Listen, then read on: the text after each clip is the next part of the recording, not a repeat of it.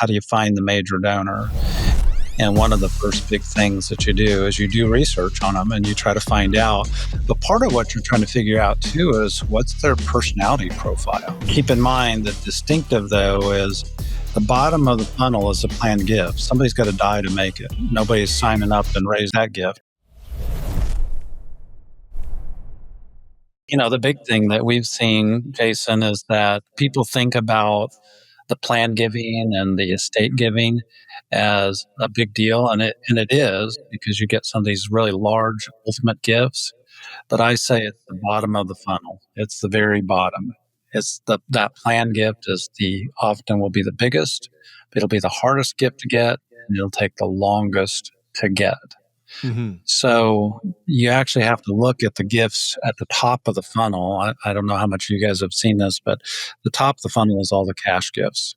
Yeah. Cash and publicly traded stock are the two top gifts that people give, by far, the majority. But it's the gifts in the middle of the funnel, above those planned gifts, that actually get you to the true major gift. And those things, you got to be able to offer all kinds of things, the ability to give artifacts, collectibles, gold coins, all those kind of things. Ferrari. One of the first non-cash I ever did was a 1967 Pontiac GTO hardtop. Oh my God, it's my dream muscle car. Yeah.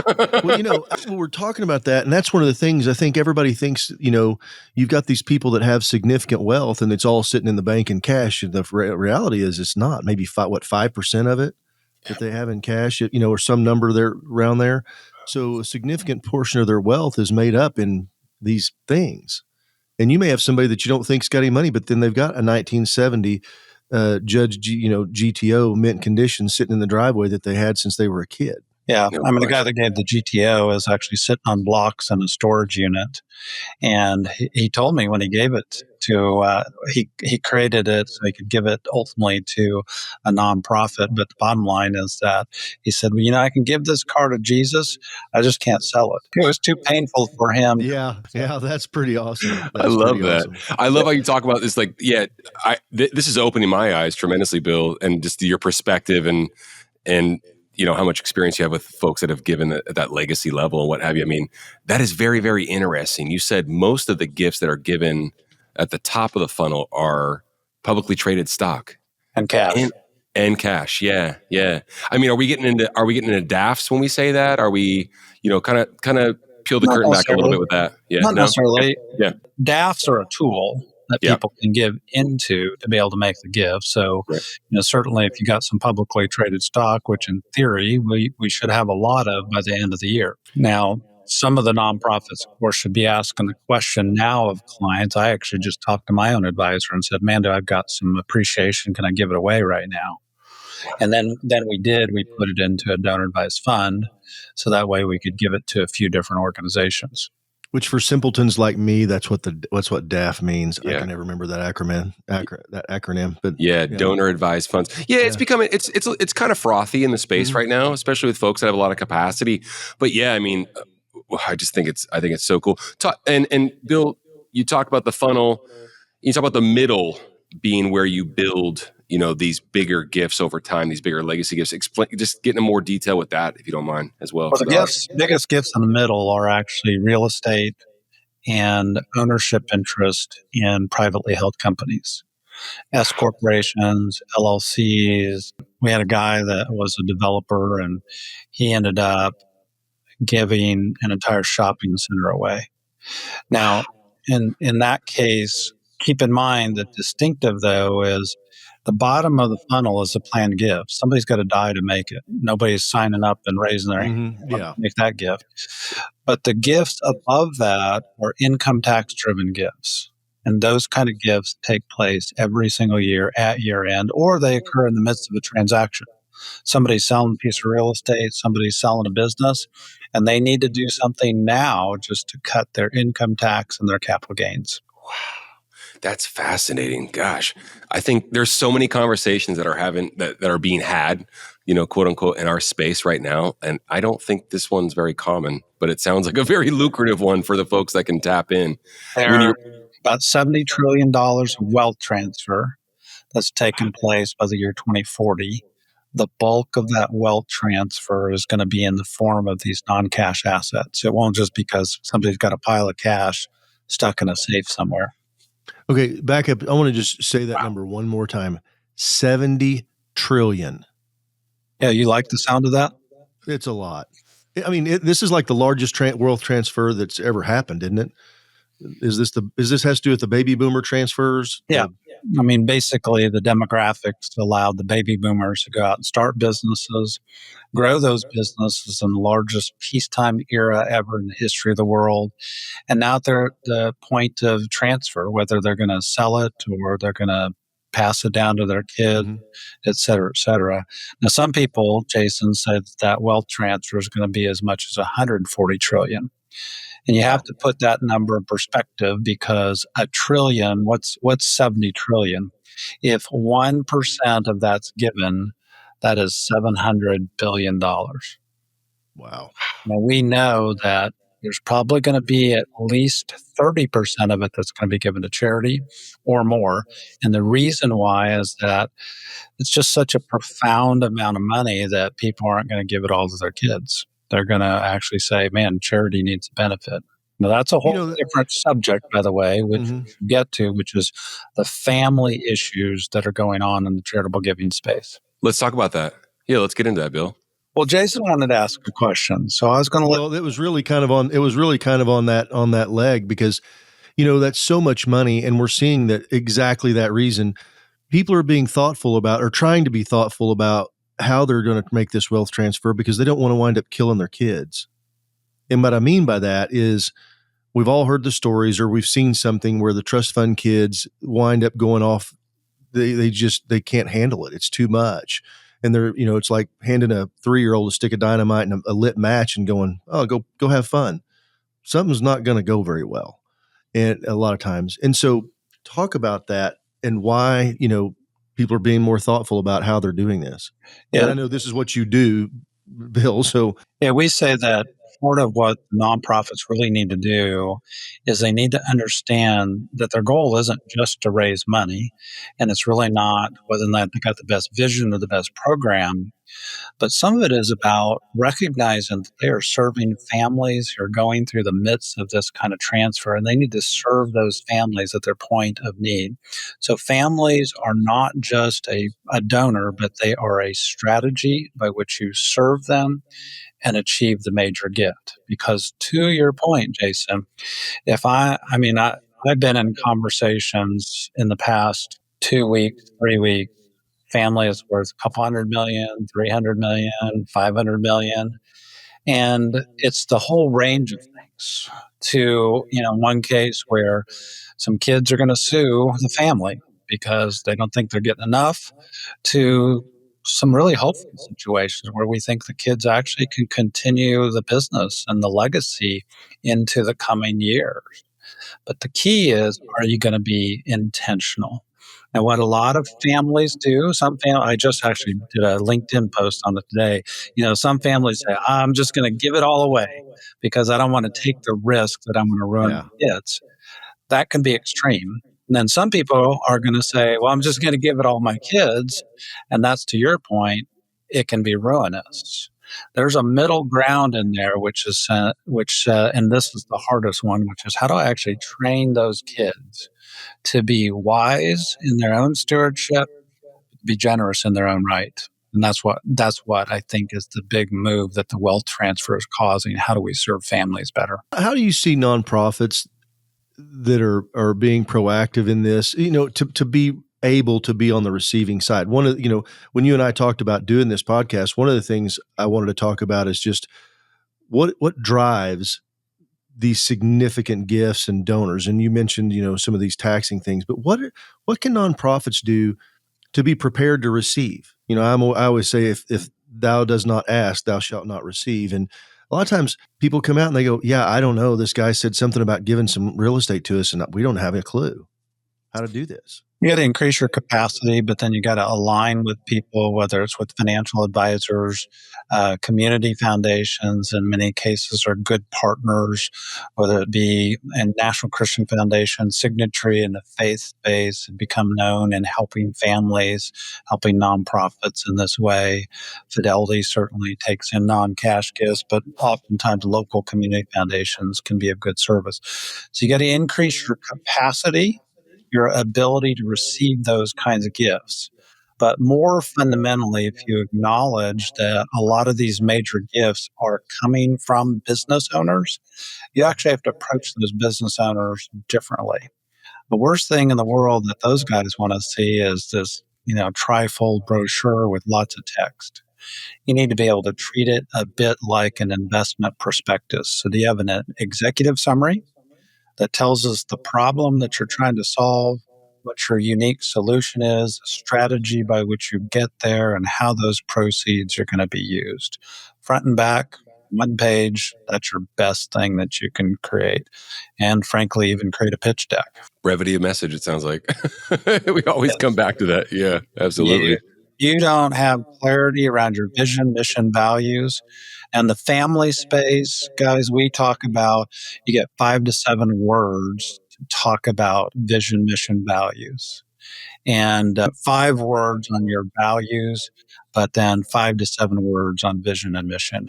And everybody in the organization's got to be able to talk about that. Well, when I coach nonprofits, the very first question I ask them, I say, tell me what you do in 10 words or less. Yep. And the reason I do that is because I'm trying to get them to understand that you've got to have start a relationship. You got to be able to communicate what you do. And if you can't communicate that, if you start off with your full mission statements 3 pages long or 3 paragraphs long, you're going to lose that. It's gone. Your business owners are scanners. They don't, if you give them long blocks of text, 43 page executive summary, they're not reading it. Yeah. But they probably will read a front to back executive summary with bullets, bolding, stuff that's broken out. And they're going to look at that pro forma and say, the first thing is you got to decide, does this interest me? Am I interested? And that's kind of where it comes from. If I'm not interested in the first, like you said, 5-10 words, I'm probably not ever going to be. And you're not going to get me there. So you need to do that, which I tell people this whole thing, 10 words or less. Somebody comes up and they say, hey, Jason, what do you do? Well, I help nonprofits raise more money. They may go, okay. And they just keep on going. Well, that's okay. But then they go, oh, really? Well, how do you do that? And then we start a conversation and we can go somewhere. It's the same thing for nonprofits. Yeah. We send kids with cancer to camp. Okay. Well, tell me more about that. So there you go. Now we can start having a conversation. Am I interested? And I think what I hear you saying is that you've got to do that same thing in your written communications or this presentation material, or when you're going to go sit down with somebody. Let's not throw a 70-page document in front of them. Let's be real simple. Yeah, and I'd flip it around too, one step further, Jason, and I'd say, are you interesting? And as a development rep, as a president, as a CEO, you're an interesting person such that I will actually want to meet with you. That's brand authority. So even if it's your statement about, we're helping kids with cancer, how do you say that in a transformative way? We're changing the lives of family by bringing healing to brokenness. I'm just making that up on the spot. Yeah. No, that's good. That's great. That's good. Yeah. Yeah. But my point is, there's just some nonprofit people, frankly, that are boring. They don't get me interested as a business owner. I need to know that you're doing something transformative. And what a lot of nonprofits don't realize is how much, in many cases, people are checking them out before they ever have the meeting. So you better have a good LinkedIn profile, and you better have some of that good data behind who you are so people want to meet with you. That's the one thing that just drives me crazy when somebody calls and says, well, we're a 501c3. Yeah, okay. If that's all you got to tell me, if that's what you've got to tell me that, you lost me. You don't have anything else to say. Yeah. I was going to flip it around, Bill, and talk about just put the shoe on the other foot for a second. What do you suggest as far as if you are that CEO, that development director, ED, as far as profiling the business owner and doing your research about the business owner? I mean, you probably would advise that they would do the same to make sure there's alignment and that they're interesting and have capacity to give and what they've done in the past and maybe use LinkedIn as a tool for that. I'm assuming. Yeah, we we've actually taught this as a whole seminar, which is how do you find the major donor? And one of the first big things that you do is you do research on them and you try to find out. But part of what you're trying to figure out too is what's their personality profile. Okay. So we actually try to give nonprofits an understanding of the personality profile of particularly of CEOs. So one kind of profile in a CEO, for instance, is many cases they're classic visionaries, strong, independent, futuristic kind of thinkers, but they're also fast-paced multitaskers. So you better be able to get to the point really quick. And they don't need a lot of stuff. They want to just know how you're going to win, and they need to know that quickly. And then you let them ask questions if you want to give them the narrative. But in many cases, what I see is a mismatch between the development rep and the ultimate CEO that they're trying to raise the major gift, because the old model in the fundraising world was what they called the friend raiser, the guy that would come and, hey, how you doing, Jason? How's your family? And, you know, check me in on this and that. How's the business doing? And it's long and slow. And these guys are fast-paced multitaskers, and they want to know how quickly you can get to the point. You need to help them get their blood boiling to say, I want in on this deal. That's kind of one of those fundamental things. Everybody can adapt their personality for a bit to adapt to who that person is they're trying to raise money from. Absolutely. I think it's great. Jay, you got anything? I have a follow-up. No, go ahead. I'm percolating on something, but I want to know what you're it just seems so paradoxical, Bill, for folks to think in this way. I'm speaking for, once again, those development major gifts officers, philanthropic officers, CEOs, EDs. I don't see, once again, people talking about the wealth transfer, people looking at the transfer of real estate, equity in business. If you are a CEO of even a thriving organization, I mean, where do you suggest folks start and just understand that this reality and opportunity more than that is out there? I don't hear folks talking about this at all. I think again, when we talk to development officers, we say, be really good, not just at the ministry, but be really good at your industry. So you got to study and understand the industry that you're in as a whole. You can read Chronicle of Philanthropy and you'll start picking out a lot more stuff. I know your industry really well. We did write a book a few years ago, which is all about charity shock. And some of it includes some of these ideas around demographics, these population trends, the necessity for nonprofits to think about earned revenue and not just donation revenue. Show me that you're on the cutting edge, that you're thinking about your business different than just a traditional nonprofit. The number of donors is going down. We're seeing double-digit declines every year because Gen X is a much smaller generation. As the boomers move towards retirement, they will decrease their giving. And we don't know how well the millennials are going to give yet. Like it or not, church attendance is still the single biggest predictor of giving. Well, there's been a whole generation, the rise of the nuns, a lot of them don't go to church. And so we're trying to figure out how to educate some of the upcoming generations to be generous. Wow. So good. Yeah. Jay? So, Bill, I'm gonna change gears for a second. What motivates? We're trying to talk about how to get in front of and who these guys are. What motivates them? I'm talking about the people that have significant capacity to give. What is a lot of people think it's very transactional and they approach it that way. If you're an entrepreneur, the reality is that you like creating stuff. You like building stuff. And so you want to change the world. So show me how what you're doing is going to be transformative in the life of the individual, but also, whether it's a community, a nation, or otherwise. It's that kind of stuff that gets people excited. Now, let's also be very real too. Giving is still very relational and very emotional. And the data around that hasn't changed in any way, shape, or form. So again, that's why I say some of it is how interesting are you? How relatable can you make your story so that people want to say, I think I want to invest in this guy. What's your track record in actually proving that you're getting stuff done? people support that too. I talked to a friend of mine who just retired from banking for about 47 years, and she directed or a significant portion of the donating from the bank. And she would talk about how that went. And that was one of the things she said. She goes, everybody thinks it's all this transactional. She goes, no, it's real emotional. Totally. She goes, it's still emotional. And this is, we're making a lot of gifts. We're doing a lot of donations, but it's, some bank officer, hey, this is really important to me. Can we make something happen? I've got one of my clients and, they help whatever it is they do. And I think that's all of these donations are emotional to some extent. The driver, there may be an underpinning driver of a tax deduction or some kind of a tax shelter or opportunity they want to take, that's in itself can be emotional. I don't want to pay the IRS any more money. One of my favorite ministries from years ago was actually just a woman. She is a widow, and she just went into a foreign country and she rescued kids who had deformities, brought them back to the U.S., gave them respite care, and they got surgeries. Typically, in a given summer, she might bring back 30 kids. Wow. That ministry did not scale. It was always limited to her. But there was a person you could point to and a limb that was restored.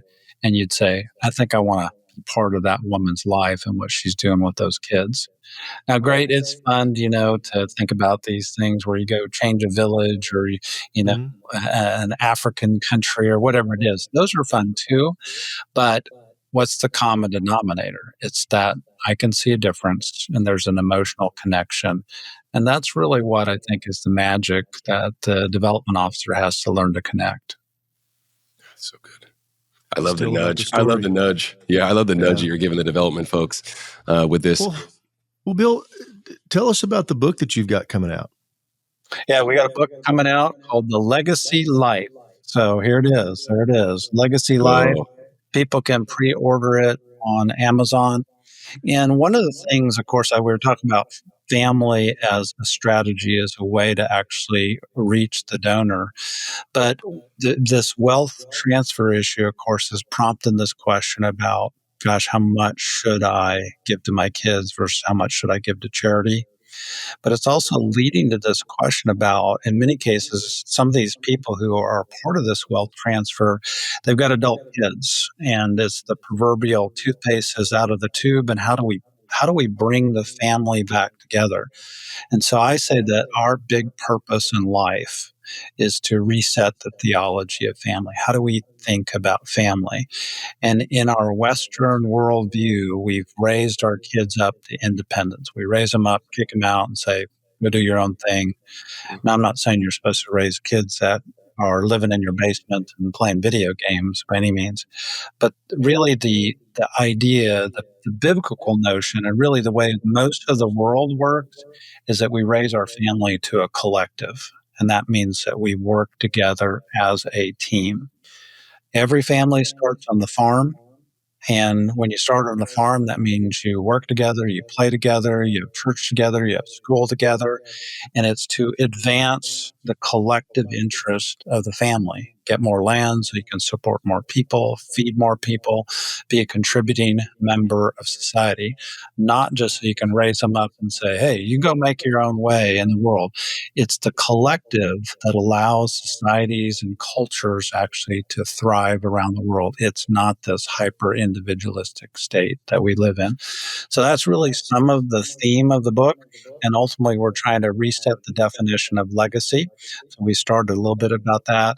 Most, again, nonprofits talk about legacies, what you leave behind. That's that notion of a will or trust. And we say that's a bad notion. It's a wrong notion. Legacy is what we redefine it as. Legacy is what you set in motion. What are the things that you're investing now that you're going to see the fruit from later on? Now, I'm a person of faith and I believe in the concept of heaven. And I believe these ideas, the things I'm investing in now, I will see someday in heaven. That's a far bigger idea than thinking I'm just leaving it behind and hope they figure it out. So that's, again, one of those things we're trying to reset this idea of what legacy really is. That's awesome. I love the way you frame it. We'll put the link to the book on Amazon in the show notes, no question, so folks can access it, Bill. I think it's awesome. Really, really cool. Yeah. So what's it like to write a book with David Green? Well, we do these leadership events with David Green over the years. We've probably been doing these events for about 20 years. And it's a Q&A. I get to interview him. And so over the years, and that guy just keeps coming up with nuggets. It's like, where'd you get that idea? And he just really thinks about the concept of family, legacy, and generosity. And so I've accumulated it over the years. That's how we wrote our last book called Leadership by the Book. And then this particular book is somewhat the outflow of that. And the Leadership Not by the Book, we had a chapter called Build for 150 Years. And that's a different notion. And so that's what this book is really trying to follow on is how do we think about building something that's going to last a couple hundred years? Well, whenever you posted that piece on LinkedIn, I immediately saw it, took a shot of it, sent it to Trevor, and I said, this is exactly what we've been talking about. Because when we started doing this, we really, when we partnered up and started HGA Fundraising and together in 2001, and we started in 2020, but 2021, I'm sorry. In 2021, when we really started going, we were very successful, had a lot of wind at our back and everything. And we kind of said, okay. And I said, I need to have a conversation with you, bro. And I said, look, we can either keep doing what we're doing, stay at the size we're at, and keep serving people, doing this, make a living and have our time and do this, or we can really go, because we've grown as far as we can with the foundation that we have. And I said, I want you to answer me now. I want you to think about it. He did. And I pretty well knew what he was going to say. He's going, no, let's go. Let's do this. Yeah, let's rip the lid off this thing. We spent 3 years. We literally spent the next 3 years building the foundation that we stand on now and doing all these things. Because, and you wrote this, in the book, it said, we didn't try to get a certain number. We didn't try to do certain revenue numbers or customers or anything. We just wanted to be better. And that really resonated with me, because that's exactly what Trevor and I were talking about. We said, let's just do it really good. Let's just be really good at this. Yep. And I think that's how, that's part of what this is in these legacy companies that are 150 years. We hear about Charlie Munger and Warren Buffett. Talking about, look, we look at 50 years. He says, I'm looking 50 years down the road. Well, the guy's 95 or 95 or 99, whatever. But they really see these things as a different type of investment. And that's what you're talking about, right? Yeah, that's like you said, it's the idea of you want to build for better. In many cases, the American mindset has been, let's build to sell. And that build to sell has a lot of short-term consequences. And then frankly, it leads to a lot of that secondary mindset, which is I'm going to build to split it up, which means if I built it to sell, I've got to give some to my kids for tax purposes. Maybe I'll give some to charity. And that build to split does exactly that. It splits. But the different kind of mindset is, how do you build to sustain? How are you going to build something that's going to sustain itself and continue to be a blessing, not only to the owners, the shareholders, to the families, but to the community and the nonprofits that it supports? That's a much harder endeavor. It's a challenge accepted. Yeah. We're happy we're on the ride, man. I was talking to one of my best friends yesterday, and we were talking about, and I said, think about all the carnage that's left behind by all these. And I'm not here to disparage anybody, but I'm just saying that what I've witnessed is, private equities come in, they buy 10 companies, and then they just, every one of them, they pour nitro in the tank, step on the gas, and go as hard and fast they can. And 9 of them blow up, and one of them makes money. But the carnage that follows behind that is enormous. Yeah. I've got a friend that built an incredible company. He built an incredible company. Really, just all these things were awesome. And he sold it. Somebody offered him an obscene amount of money, and he took it. And the company's non-existent anymore. It's not even there. It's gone. Poof. Yeah. All the culture. I got a book in my reading pile that's exactly that, talking about all the failures of private equity buyouts and just how many of them actually fail. Because if your goal is only growth, you're going to miss out on all those other things, intangibles that actually really make something worth building. What's the book called, Bill? It's on my reading pile. Okay. I'll bug you for it later. That's fine. Well, hey, I want to just say, because, this is, everybody listening to this, you're going, why are we listening to this? This is for nonprofits. But this is a point when you're looking at your donors, when you're talking to them and you're seeing stuff, These are things you need to have in the back of your mind. Absolutely. What are they building? Because this is who you're talking to. This is these builders, these people that are thinking long term. They're going to think long term with you too. Your stakeholders. They want to help you succeed and succeed in the long term. And I see this. We keep saying this. This keeps coming up over and over and over again. And a lot of people say this. We talk about fundraising in the nonprofit is a marathon. It's not a sprint. Mm-hmm. But we get to where we start thinking we're sprinting from one thing to the next, or the month to the month, year to year, this grant to the next grant. Grants are all over the place right now because, it's changed around how they're being accessed. But it is a marathon that is up every day. And my thing is consistent effort over time overcomes all shortcomings. And I think that's how at least Trevor and I, that's how we approach it, with our company and our drive. We're just going to keep doing the same things over and over and over again over time. And we know we're going to get there. But where are we going to get to? Well, I don't know. It's not like there's a magic number at the end of the place. And the same thing for nonprofits. So talk a little bit about that. I mean, I'm just kind of the very rambling around here. Best development reps talk less about themselves and the ministry, and they know how to ask questions of the person that they're with, the family that they're with, and how to be able to identify with that person, and then frankly to serve those needs. That's the number one trait that I look for. If you're talking about yourself and your ministry too much, I mean, what we teach, Jason, is we teach this idea that your very first statement should be, tell me your story. And then you listen really hard to that story. You ask questions. And then at that point, they know, I think you're familiar with the technique. If you're able to mirror that person's story, you got an 86 comprehension rate, 86% increase in comprehension. They're tracking. They know that you are listening. And now they're ready to say, tell me about you. And they actually want to know about you, not the ministry. And when you get to tell me about you, now you got to be able to tell your story in 5. This isn't your license to go tell your 30-minute story. It's how quickly can you tell it and still identify with their story. And then when you do that, now they're actually ready to hear about, now tell me what you do. Now you can tell about your ministry. This is the point where you got to have a little bit of that sizzle that, hey, we're going to change the world because of X, whatever that looks like. Or here's your emotional moment. Here's why I'm doing this. That's what you're looking for, I think, in that kind of conversation. We're going to change the world because it needs it. Yeah. Good. Really good. Love that. The number one success factor, by the way, in a meeting with a donor, you know what it is? Knowing what they take in their coffee? They want the next meeting. Say that one more time, Bill, for the audience. Go ahead. They want the next meeting. They want the next meeting. They found you so interesting that you don't have to say, hey, I'd love to get together with you again. They're just like, man, I'm looking forward to being with you again. Because they thought you were interesting. They thought you brought some value to them, to the table.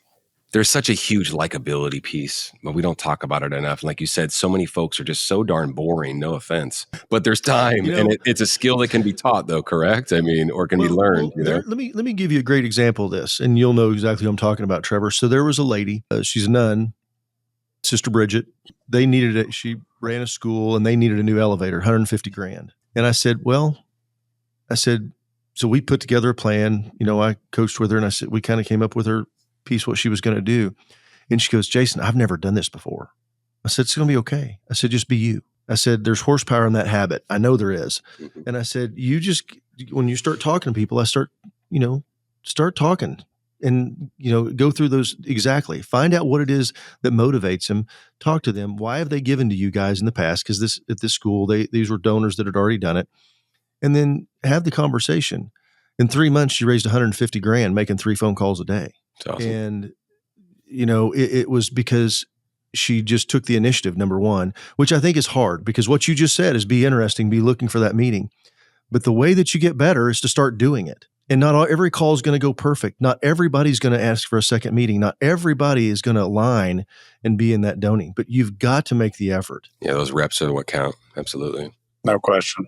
Yeah. It's so funny. Jason, a friend of ours that came on recently said, be more interested than interesting, but it's really cool the way you framed it, Bill. It's like, all right, well, let's start by being more interested than interesting, but when it's time, that's when you got to, like you said, you got to have the sizzle, right? I think it's, Yeah, I say some of it too is you got to be a subject matter expert, not just yeah, about the ministry, but about the industry that you're in. But then, yeah, frankly, also about that donor that you're talking to. So I've worked with the Hobby Lobby family for years. I understand a little bit of the retail business now. I understand, and you start using their terminology, yeah. what's margin, what's revenues, what are same store sales. If you can actually repeat and mirror back the language they're Hmm. using to describe their business, they're going to be much more likely to stay with you. That's part of Absolutely. that being interesting thing. That's such a huge differentiator, and you have the opportunity to do that through osmosis, but just by being quick, quick on your feet too. Absolutely. I think it's huge. Yeah. But being a student, Business kind of idea. And okay, now you start telling me about it. Okay, how's it work? How do you make those widgets work? How do you yeah, actually make money at this? Man, these Mhm. people want to talk about themselves. get them going. Absolutely. Yeah. Well, they do want to talk about. If you're talking to Absolutely. somebody who's built a business, they love telling you their story. Well, it's so noble. It's such a noble enterprise, of course. Well, but I Yeah. mean, there's some stuff to it. They're going to talk about how, well, yeah, this is my third go. The first two, they're big smoking craters out, Yeah. somewhere that everything didn't go so well. And this is whenever we almost went broke. And this is when stuff. Well, then you start hearing that, and you understand the passion that they have for what they do and why they're so driven to do what they do. And they do like to tell their story and share it and why they're here doing whatever it is that they do. And I think we jump in this. I always say it's not what you know, it's who you know. And how well That you means know it's 'em. about Yeah. relationships. Yeah. And a relationship is a relationship, not a presentation. Yeah. No, And when no, you get into that story, ask them those next questions. How's it work? Tell me more about that. It's that engagement with the story that starts to make all the difference. that's huge. I'm still quite enthralled with the wealth transfer numbers that you were talking about at the top of the episode. I really want folks to understand the opportunity. We had a guest on that called it the silver tsunami recently, Bill. I don't know if it Greatest was an time ever in the affectionately history of noted. the world. Greatest time ever in the history of the world in terms of wealth transfer, technology, people resources.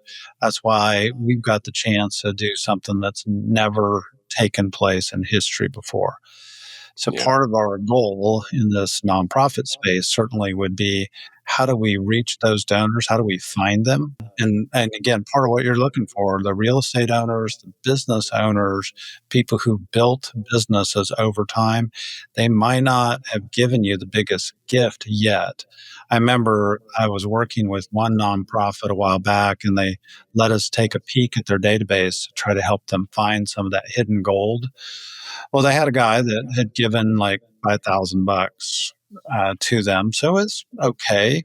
But what we did is we found out that he'd written a check from his business, and then we researched the business. Well, the business had been growing like 200% a year. So, do you think they were missing opportunity there? But nobody had ever visited him. Nobody had actually had to sit down with him because he'd only given $5,000. It's criminal. That's what's sitting Well, in databases. yeah, Yeah. there was a statistic that's out, and I just learned this on the webinar, that in planned giving, it can be 200 to 400 times the annual gift that somebody's given. I mean, I've got a friend she told us a story where she had somebody for 15 years, the lady had given $500 a year or something, and in her planned giving, she left them $1 million. They never did, and she said the thing was, that's why you never know what these donors are, what their capability is. And so, just because somebody's only giving you $100 a month or something like whatever it is, but understanding who those donors are and having the gratitude, showing them gratitude, letting them see what your mission's doing, see what their money, what their investment, what is the return on their investment, because they're investing in you. Yeah. We think if it's just a gift, they're not going to give you the money back, but the return that they're looking for is an emotional one, and they want to see impact, which goes back to your point about business owners.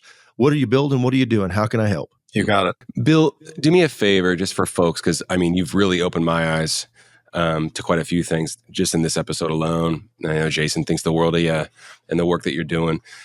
For someone in the development space that's so, focused on cash, talk to folks about just understanding, because I didn't even think about, oh my gosh, someone could leave a 1967 GTO, that kind of thing. I think it's such a cool, that's obviously a great example. But for folks that have never even thought of it, how would you, start someone, or get someone to train their mind to understand the opportunity to accept securities, to accept real estate holdings, to accept equity in companies, and even have that conversation with the right people? Where would they, just to open their mind a little bit? Publicly traded stock is typically pretty easy. There's now a number of online apps that you can even get set up with. There's a lot of these agencies now that can give you a link and boom, you can donate it right away. Where you go to, again, to a local community foundation. In many cases, they'll provide that back office work. If you got a financial advisor on your board, they can help you set up your own brokerage account.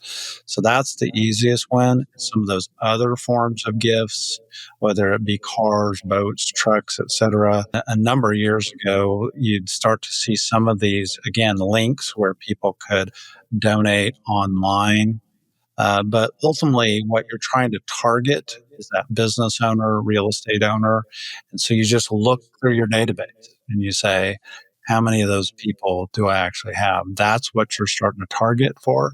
And then as you meet those guys, you're not necessarily asking the asset question first, you're actually asking the income tax question. And the income tax question is one that they can answer, which is, hey, how's your income tax liability on any given year? Now, I've not asked them to disclose anything to me about how much they're paying, but in many cases, they're going to say, too much.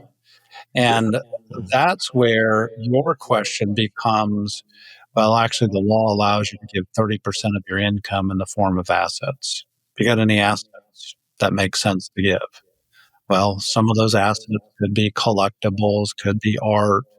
And again, some of those kind of things that you just have to figure out how we're going to take those. Now, again, that's why maybe you're having that conversation with your local community foundation, the donor advised fund organization, financial advisor. But if they got real estate gifts or ownership interests in a business, those are the big ones that you're paying attention to. If they're selling a business, your conversation is don't sell that business until we talk about the tax issues. And again, you don't have to be the expert. You just have to be able to spot the issue. Good call. Yeah. So good. Yeah. I heard somebody use an example. They said, yeah, there's not all gifts are good gifts. Somebody tried to donate a racehorse. And they said, but the deal was they wanted the nonprofit to pay for the upkeep and everything of the horse. Then at some later time, they'd buy the horse back. And they said, yeah, thank you. We appreciate the offer, but we just can't do live animals. Shelf life on that one. Yeah. No offense. I thought that was pretty funny, though. Yeah, I'm going to donate a racehorse. Will you feed my horse for me for a while? Yeah. I mean, there is, an organization that takes livestock. So you will see that. Oh, sure. You got to have a gift acceptance policy. And that's where we say, Trevor, to your point, part of your network has to be who are the financial advisors, who are your donor advised fund organizations that you're interfacing with that can be a resource. So when something like that comes up, you can answer the question. We had a nonprofit that we worked with years ago, and they actually had a donor come donate a piece of ground to them that at the time appeared to be landlocked. It didn't seem to have much purpose. There was actually a little bit of concern around environmental. And for a while, it looked like it was a bad gift, and we accepted it on their behalf. Well, lo and behold, the zoning changed, and they put a road through. It became $1 million plus gift. Wow. I just think also that I think there's a 30,000 foot view, Bill. It's just like, this is just, it's opening people's mind, right? Just to see that there's so much more out there than just the cash. I think that's what I'm pulling. I've taken copious notes since we've been talking.